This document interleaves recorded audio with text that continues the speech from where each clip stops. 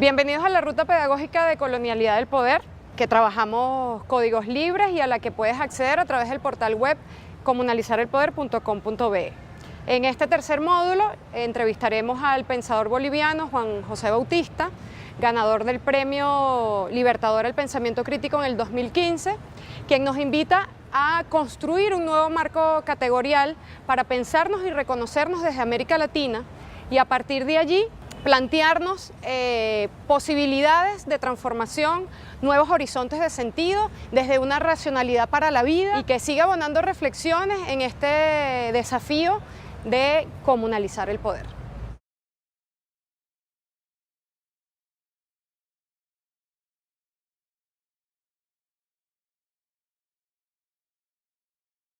La racionalidad moderna en general no sirve para tematizar nuestros problemas.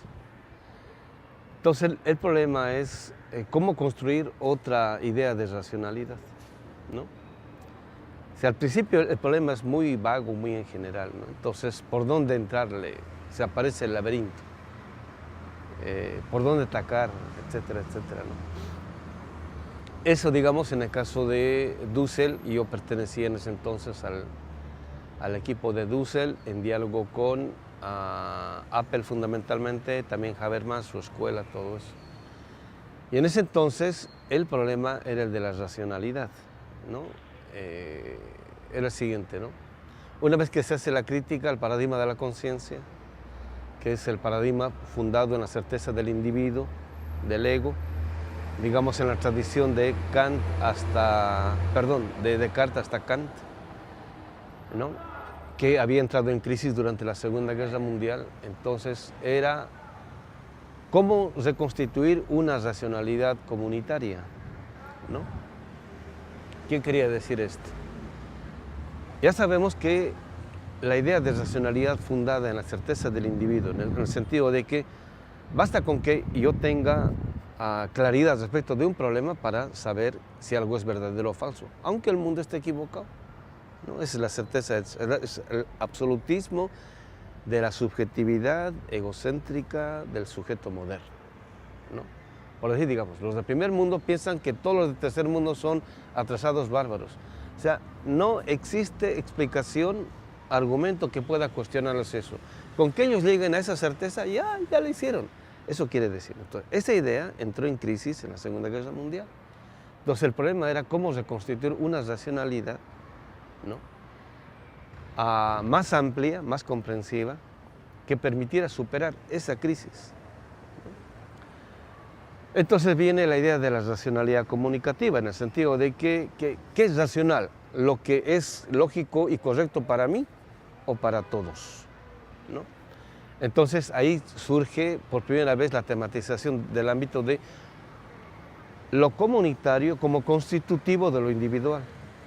O sea, antes de que yo tenga ideas respecto de lo que sea, cualquier cosa, primero existe una comunidad de comunicación que a través del lenguaje constituye cierto tipo de certezas de las cuales un individuo toma conciencia después, ¿no? Es así como funciona. No es al revés, no es que se le ocurre a un genio una idea y a partir de eso lo difunde y el resto toma conciencia, no es así. Esa es la idea del paradigma de la conciencia.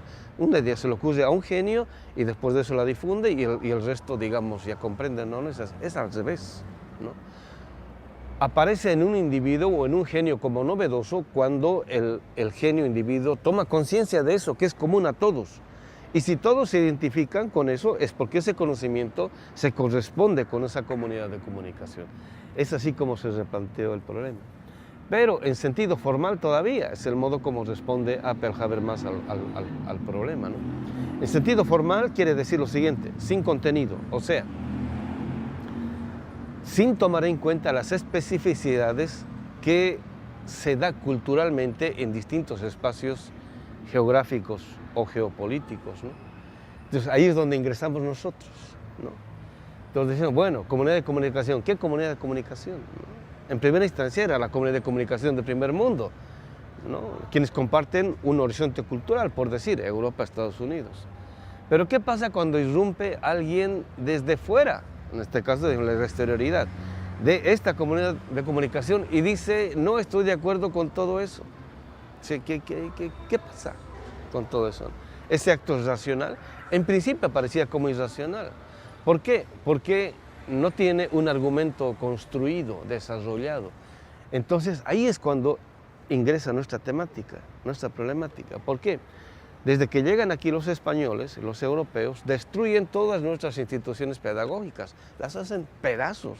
Y el tipo de conocimiento que habían producido, ¿no?, los pueblos originarios era muy, pero muy sofisticado. Entonces, yo siempre pongo el ejemplo, ¿no? Entonces, vamos a suponer que invadimos, o un pueblo invade Europa, Estados Unidos, y lo primero que hace es pasar la guillotina a todos sus intelectuales, ¿no? Y después de eso destruye todas sus universidades, todas sus escuelas, quema todos sus libros, y a toda la población los manda a trabajar como esclavos durante 100 años. Y después de 100 años dice, ¿dónde está el saber de ustedes? ¿Dónde? Eso han hecho con nosotros, ¿no?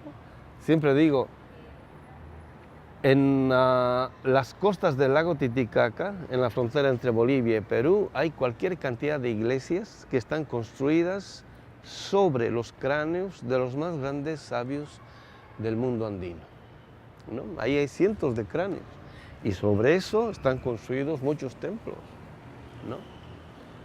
O sea, a nuestros grandes sabios los han cortado. Entonces, bueno, y después de eso, la posibilidad de que desarrollamos nuestras propias instituciones pedagógicas, académicas, las han destruido. Bueno, entonces ahora de pronto estamos en una situación postcolonial en el sentido de que, bueno, supuestamente no somos colonias, ¿no? Y podemos desarrollar nuestro tipo de pensamiento, etcétera, etcétera.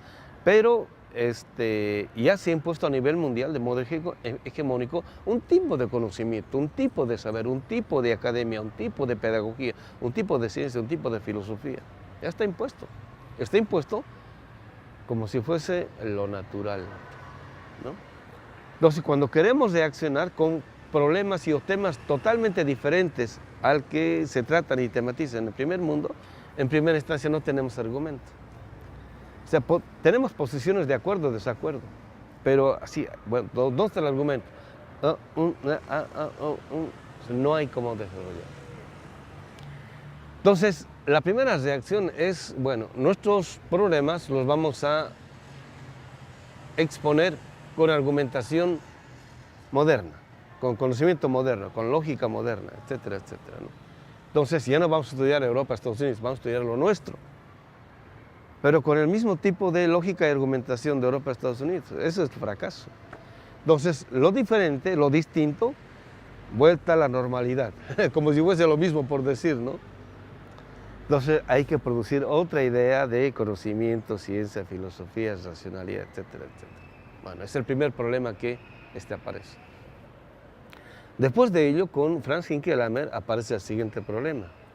¿Cómo se produce eso materialmente y no formalmente? Porque ya tenemos la idea de que, bueno, formalmente es el conocimiento, saber todo eso, y tratamos de conocer todo eso, pero no es ahí por donde empieza la producción de conocimiento. Aparece con Hinckelammer el problema por el nuevo trabajo que él hace sobre Marx.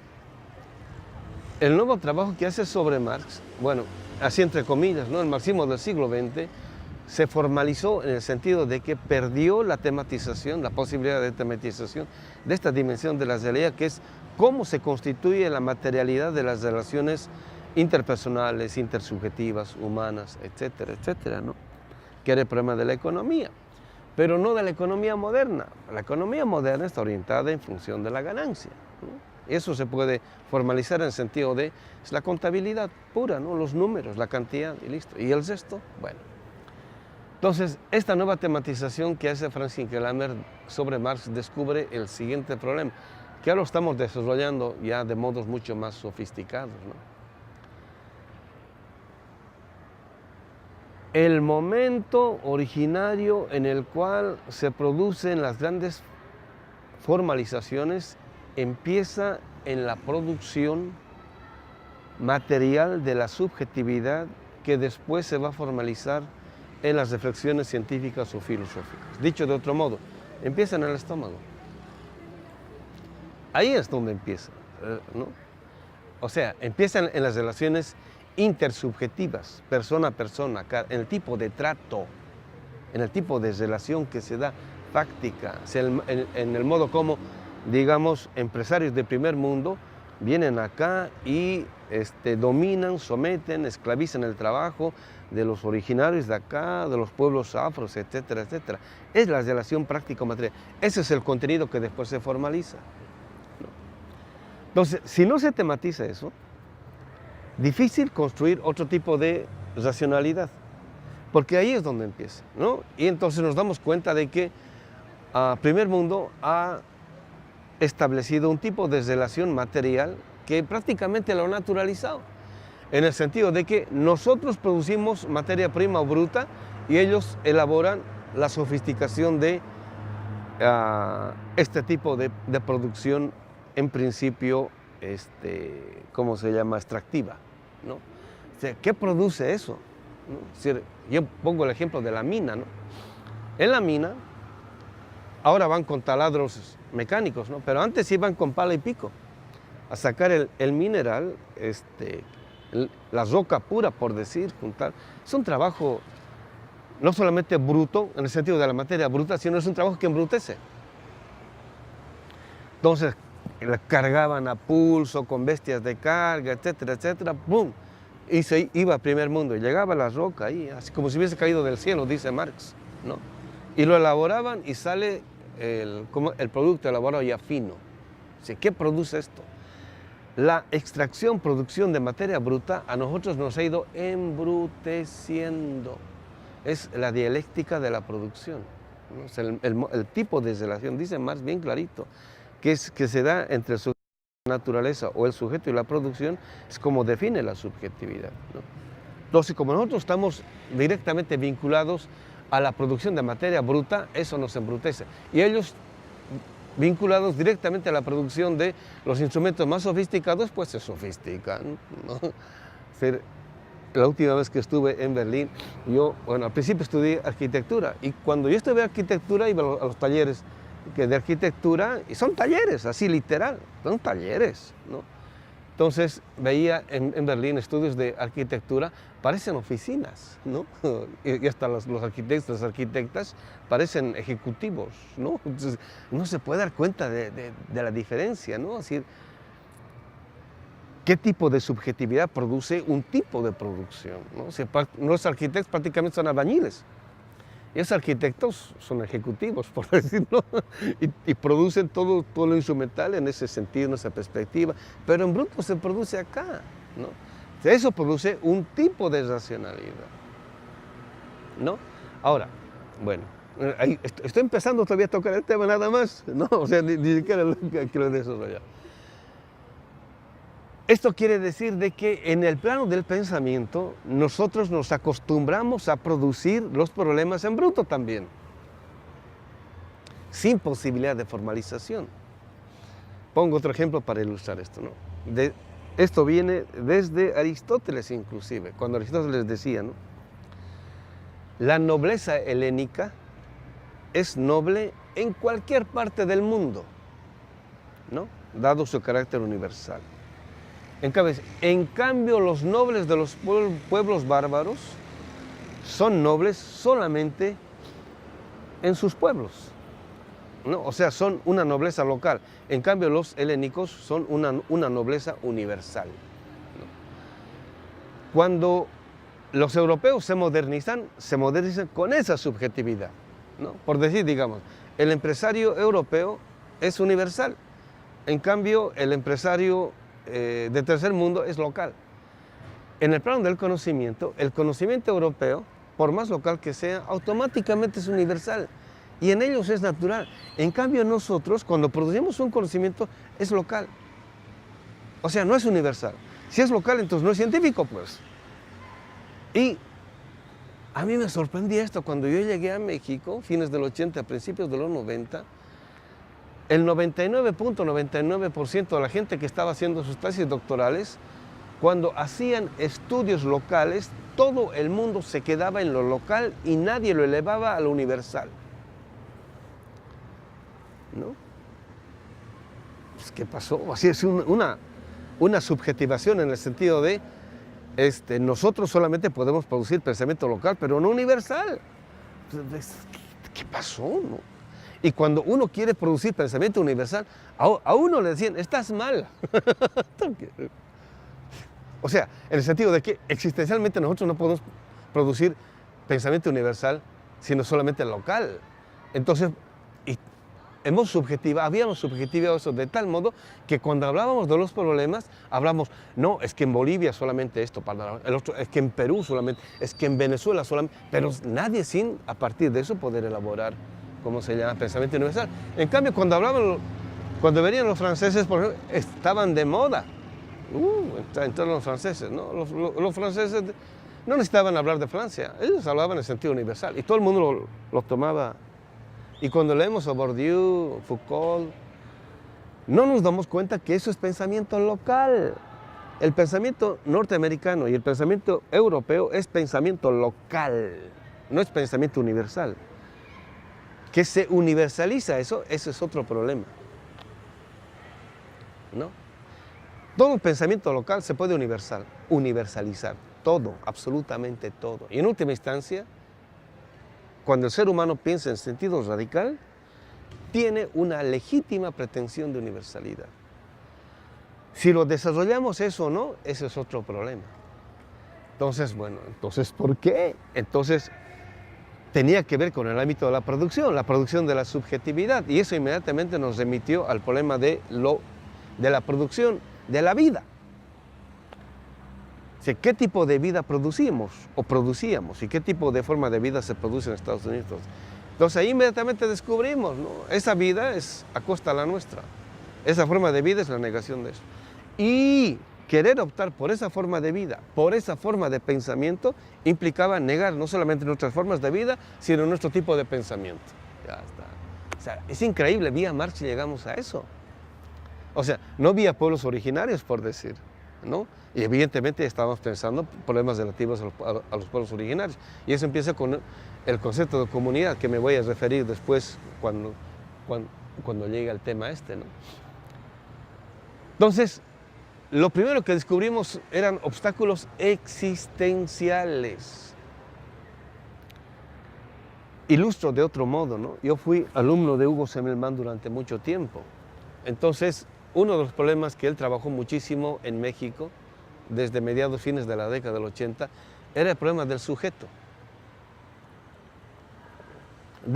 con conciencia histórica y del sujeto que es capaz de producir, hacer, construir historia, ¿no? Entonces, al final de su vida, él decía, ¿no? Me tocó compartir con él un seminario un mes antes de que falleciera.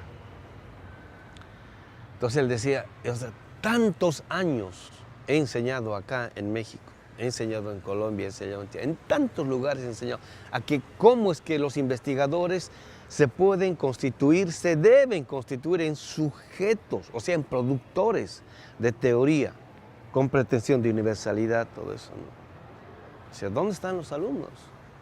Y ya forma generaciones y generaciones y generaciones y generaciones, ¿no? O sea, ¿qué ha pasado? O sea, y un maestro, Dussel igual, Hinckelammer igual, o sea, los maestros, ¿no? ¿Dónde están los alumnos? ¿No? Tuve un maestro, Eduardo Nicol, produjo una filosofía, puedo estar en desacuerdo con su filosofía, pero produjo una filosofía. ¿Quién de sus alumnos ha desarrollado una filosofía comparable a la suya? Nadie. O sea, esto es un problema existencial, ¿no? Que tiene que ver con la historia y con la cultura que ha producido la modernidad. Entonces, lo primero que descubrimos es que son problemas que ha producido la cultura de la modernidad. Entonces, ahora, ¿cómo nos remontamos a ello? ¿Cómo vamos más allá de ello? Bueno, de pronto, gracias a la obra de Hinckelammer, bueno, yo siempre digo, Hinckelammer es el Marx de este tiempo, pero nadie se da cuenta todavía, ¿no? Bueno, él dice que detrás de la producción de todo tipo de conocimiento, sea filosófico, científico, moderno, lo que sea, siempre en última instancia lo que está presupuesto es un modelo ideal, ¿no? O sea, la palabra modelo ideal es la palabra que en ciencia o filosofía se utiliza para hablar de mitos o utopías, ¿no? Entonces, en última instancia, siempre está presupuesto un mito. ¿Qué es un mito o qué es un modelo ideal? ¿No? Es una gran narrativa que le presenta a uno todo el universo con sentido, o toda la historia, o toda la realidad con tal o cual tipo de sentido. Eso quiere decir. Porque en principio querer conocer toda la realidad es imposible, ¿no? En parte la crítica de la razón pura sirve para entender que esto es finito, ¿no? Y cuando digo esto no me refiero a una mente individual, sino juntamos todos los cerebros de la humanidad, siguen siendo finitos. No podemos concebir ni conocer todo, ¿no? Entonces siempre conocemos por partes. Entonces, pero para poder conocer tal o cual parte necesitamos nosotros siempre una visión, ¿no?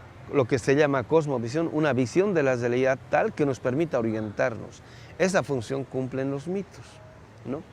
En el plano de, ¿cómo se llama? La ciencia y la filosofía son los modelos ideales o principios de imposibilidad, así se les llama. Pero también, en el fondo, es un mito o una utopía, ¿no? Entonces, dice Hinkelhammer, ¿no? La modernidad ha sido capaz de producir un tipo de visión de la realidad imposible de demostrar empíricamente, ¿no? O sea, ha producido sus mitos, pues. ¿No? Supuestamente estamos en la época secular, ¿no? Donde no hay mitos, supuestamente estamos superando. No, es más mítica que cualquier otra época o civilización, ya está peor, porque hay mitos de liberación y mitos de dominación. Ha producido sistemáticamente mitos de dominación y no ha producido mitos de liberación. El del Éxodo, por ejemplo, es un mito de liberación, ¿no? Y así sucesivamente. Y no es moderno, ¿no? Bueno, entonces dice, nosotros hemos quedado atrapados al interior, él dice, del marco categórico del pensamiento moderno. El marco categórico del pensamiento moderno es otra forma de decir al interior de sus mitos. ¿Listo? Y creemos en eso. Y eso está hecho exactamente para negar nuestros mitos y utopías, para ponerse en caducidad, para hacerlas aparecer como inviables, como premodernas, precapitalistas, atrasadas, del pasado, etcétera, etcétera. Entonces, y porque creemos en los mitos de la modernidad, no creemos en lo propio. ¿Listo? Así de simple, ¿no? O sea, somos creyentes fidelísimos de los grandes mitos de la modernidad. Y no nos damos cuenta. ¿Por qué? Porque la modernidad, como cualquier otro horizonte mítico, argumenta. Argumenta. No es una mera creencia, no. Hay detrás de eso, hay toda una argumentación. Y eso en toda cultura o civilización. O sea, cuanto más historia tiene una cultura o civilización, es porque ha producido un sistema de argumentación tal que es capaz de sostenerse a lo largo de los milenios. No es nomás dominación, no. Eso es un mito de la modernidad, que están ahí atrasados porque nos dominan todo eso. No, son relatos esos a posteriori. No es que no hay relaciones de dominio, no estamos diciendo eso, no. Entonces, ¿cómo vamos más allá de los mitos de la modernidad? ¿No? Ahí aparece el otro tema, ¿no? Entonces, bueno, decimos, entonces, y eso tiene que ver con la política, porque es un problema teórico. Y esto que estoy diciendo es de la década del 90. En este siglo, ¿no? Aparece, empieza con el Caracazo, y después de eso aparece el proceso del compañero hermano, liderado por el compañero hermano Chávez, ¿no? Aparece lo de Bolivia, la guerra del agua, la guerra del gas, todo eso, y de pronto empieza a aparecer un tipo de política distinta al tipo de política que había aparecido durante el siglo XX, ¿no? En el siglo XX el tipo de política estaba liderada por los obreros. En la década del 90 hacen desaparecer el capital transnacional a las fábricas nuestras. O sea, ya no hay obreros, los hacen desaparecer. Y eso es política. Entonces hay lo que alguna ciencia social dice en mi opinión, con mucha ingenuidad, movimientos sociales. Es una categoría del siglo XIX eso.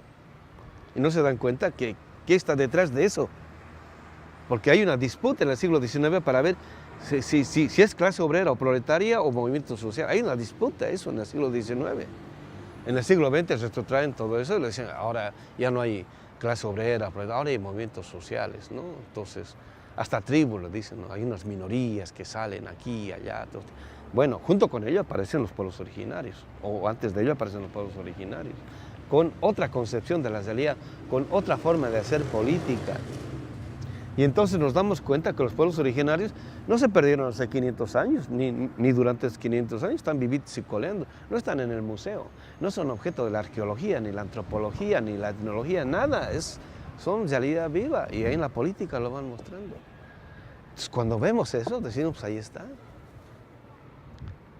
Entonces empezamos a trabajar con este tipo de gente para hacer una reconstrucción de los modelos ideales con los cuales sería posible entender de otra forma toda la realidad. Ahora, uno diría, ¿no?, que este es un problema intelectual, entre aquí las bibliotecas, todo eso. No hay nada en las bibliotecas, todo lo que hay en las bibliotecas es el conocimiento moderno, europeo, occidental, hecho para dominar o para amansar, por decirlo. Entonces hay que hablar con los sabios, y están los sabios, existen los sabios, son bibliotecas andantes, ambulantes, que tienen más sabiduría que muchos de estos especialistas europeos modernos occidentales. Entonces ellos nos lo dicen, este no es un problema intelectual, este es un problema existencial de vida. O sea, uno agarra las grandes ideas no intelectualmente, no en la biblioteca, no con el libro, sino produciendo otra subjetividad, otra corporalidad, otro tipo de consumo. Cuando consumo mercancía capitalista me estoy tragando el capitalismo entero. Cuando consumo mercancía o alimento andino, me estoy tragando el mundo andino. Estoy haciendo que sea parte de mi subjetividad. Entonces, recuperación de lo propio, revaloración de lo propio. Ya no relacionarme con la papa o con la oca o con la yuca como si fuese un objeto que me da solamente nutrientes. No, es sujeto, persona, vida. Y así sucesivamente, ¿no? No solamente llena de contenido energético, sino también de contenido informático. Poco a poco, a través de la sangre, la digestión, todo eso, llega al cerebro. Entonces empezamos poco a poco a llenar de otro tipo de contenido informático nuestras neuronas. Y en diálogo con ellos empezamos a actualizar esta otra visión de la realidad.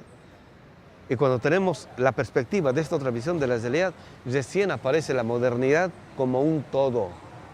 Y cuando aparece la modernidad como un todo, aparece miserable, como lo peor que ha producido la humanidad a lo largo de toda su historia.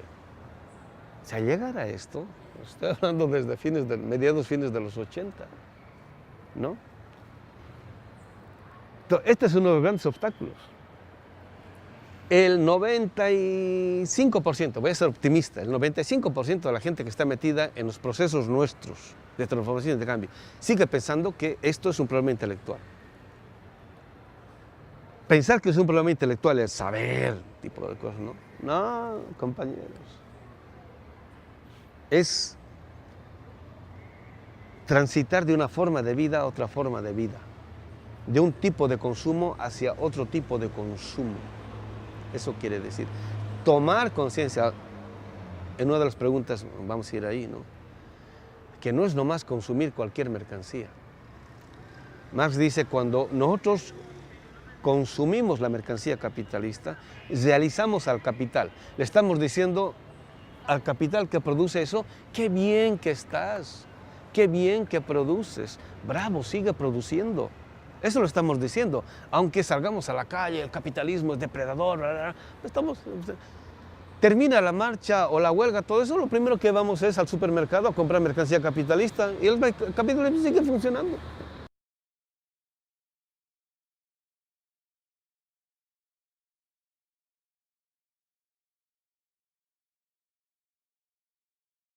La primera vez que llegamos al tema fue en el diálogo con Apple.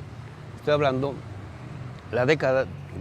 todo el año del 90 y el 91, la primera vez que llegamos al tema, ¿no?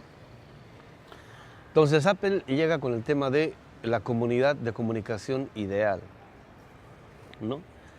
que sería el fundamento gracias al cual se podría dar la comunicación. ¿Qué quiere decir esto? Esto parece abstracto, pero es bien concreto.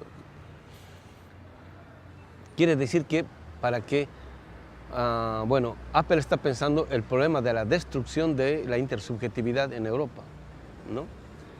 Que ha producido fundamentalmente la guerra, o sea, los seres humanos ya no creen en sí mismos, eso quiere decir, ya no se relacionan por humanidad, sino por intereses, eso quiere decir. Entonces dice, ¿cómo reconstituimos eso? ¿No? Entonces dice, es a través del diálogo. Y Habermas dice lo siguiente, ¿no? Y esto es porque los problemas económicos ya no son problemas, está hablando de Europa él, ¿no? O sea, el pobre o la clase obrera ya tiene coche, ¿no? Ya tiene refrigerador, tiene televisor, tiene su departamentito, o sea, ya. El problema es ahora la comunicación.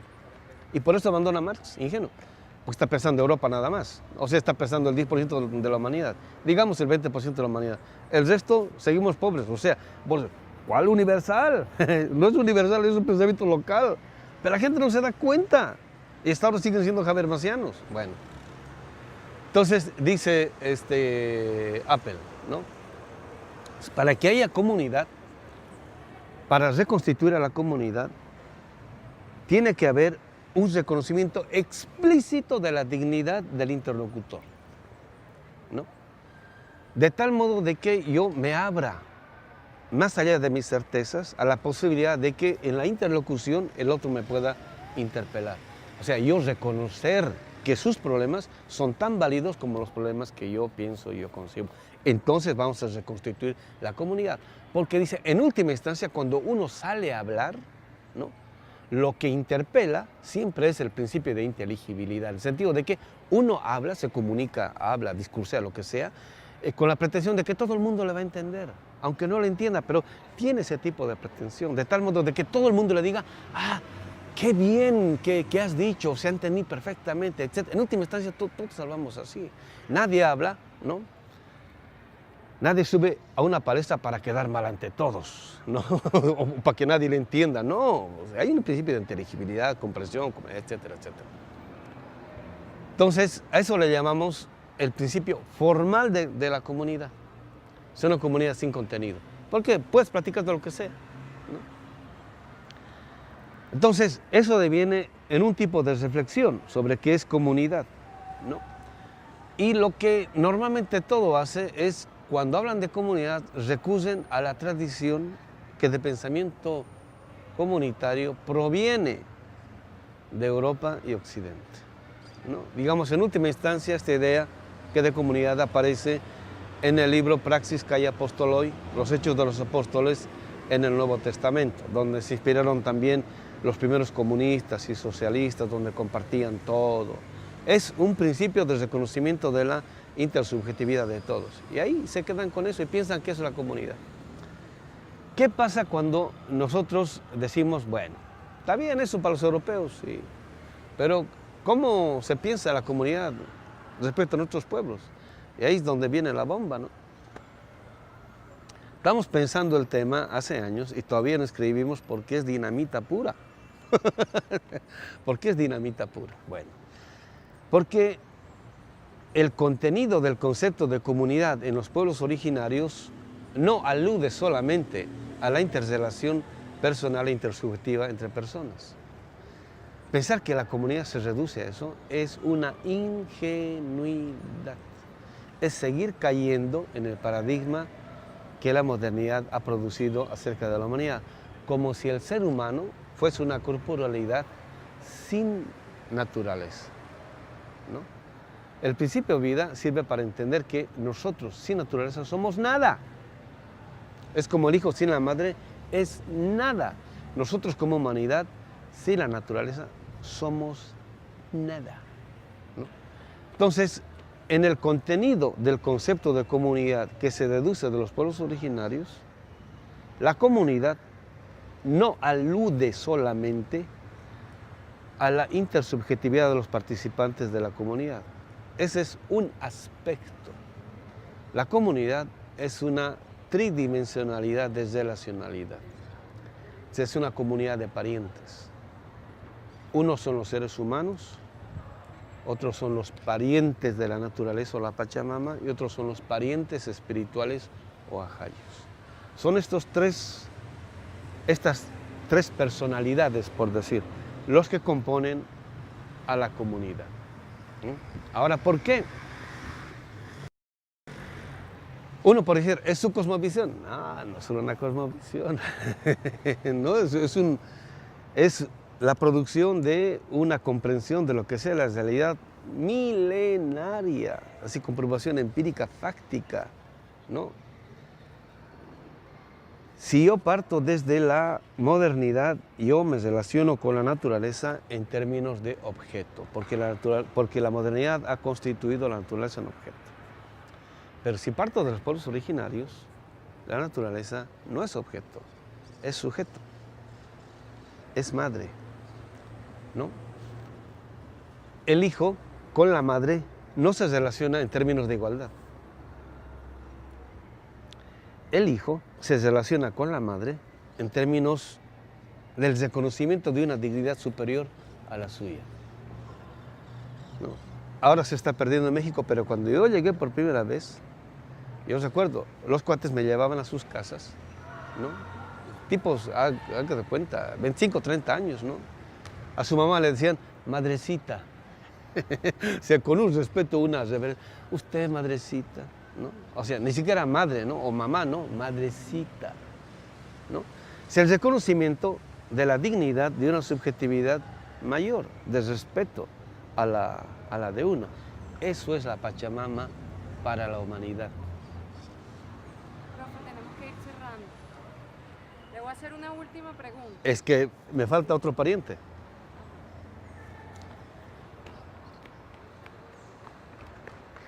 El compañero hermano Chávez, Hugo Chávez, dicen que ha muerto. Desde la perspectiva de los pueblos originarios, está vivito y coleando. Él ahora es parte de los ancestros, es la otra parte de la comunidad. Y si nosotros no los reconocemos, o sea, los únicos que han dado la vida por un país o cultura como este, no es Chávez. Hay mucha gente, esos están vivos, pero no de ahora, no de hace 200 años, sino de hace milenios. Y los hemos olvidado, y por eso nos han ganado los europeos. Bueno. Hemos perdido fuerza, hemos perdido potencia. Entonces, cuando los reconocemos, y ellos no, es como cuando un varón está ahí, no sé qué hacer, qué sé yo, viene la mamá o la esposa, le dice, yo te apoyo, ¡prum! Entonces necesitamos recuperar la subjetividad de ellos, de tal modo de que ellos, no estoy hablando de los seres humanos, estoy hablando del espíritu de los ancestros y de los espíritus de la Pachamama, estén con nosotros en la lucha. No solamente nos vamos a potenciar, sino que vamos a arrasar y vamos a ir más allá del capitalismo y la modernidad. Eso es lo que está detrás del concepto de comunidad cuando uno parte de los pueblos originarios. ¿Quién está dispuesto a creer en eso? Ni la izquierda. ¿Por qué? Porque todavía tienen conciencia moderna. Y por eso estamos como estamos. Porque nuestra izquierda es secular. Cuando digo es secular, estoy diciendo es moderna. Cuando digo moderna, estoy diciendo es burguesa, tiene conciencia burguesa. Eso es lo que estoy diciendo. Y para decir esto no es una ocurrencia mía. Yo tengo cualquier cantidad de citas de Marx para demostrar esto.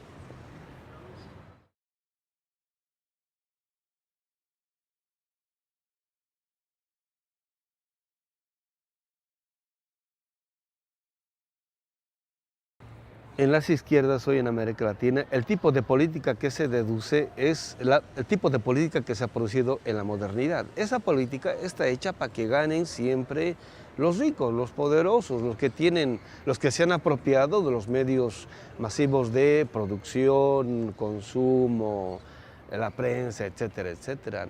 No está hecha para que el pueblo gane. Por eso el pueblo tiene que producir otra idea, otro concepto de política. Pero para producir eso, necesita producir otra idea de economía. Pero para producir eso, necesita producir otra visión de la realidad. Y no tenemos que inventárnosla. Está ahí, está en el pueblo, ¿no? Convivimos con eso. Lo único que tenemos que hacer es, bueno, empezar a hacer el giro hacia lo que siempre negamos. Y eso tiene que aparecer en la constitución política del Estado. Y la constitución política del Estado tiene que amparar eso para hacer viable y factible no solamente esta otra visión, sino también esta otra política, esta otra economía. O sea, estamos todavía en los albores de una nueva idea de Estado con una constitución que haga visible esto que la modernidad siempre ha hecho invisible. Y por eso perdemos.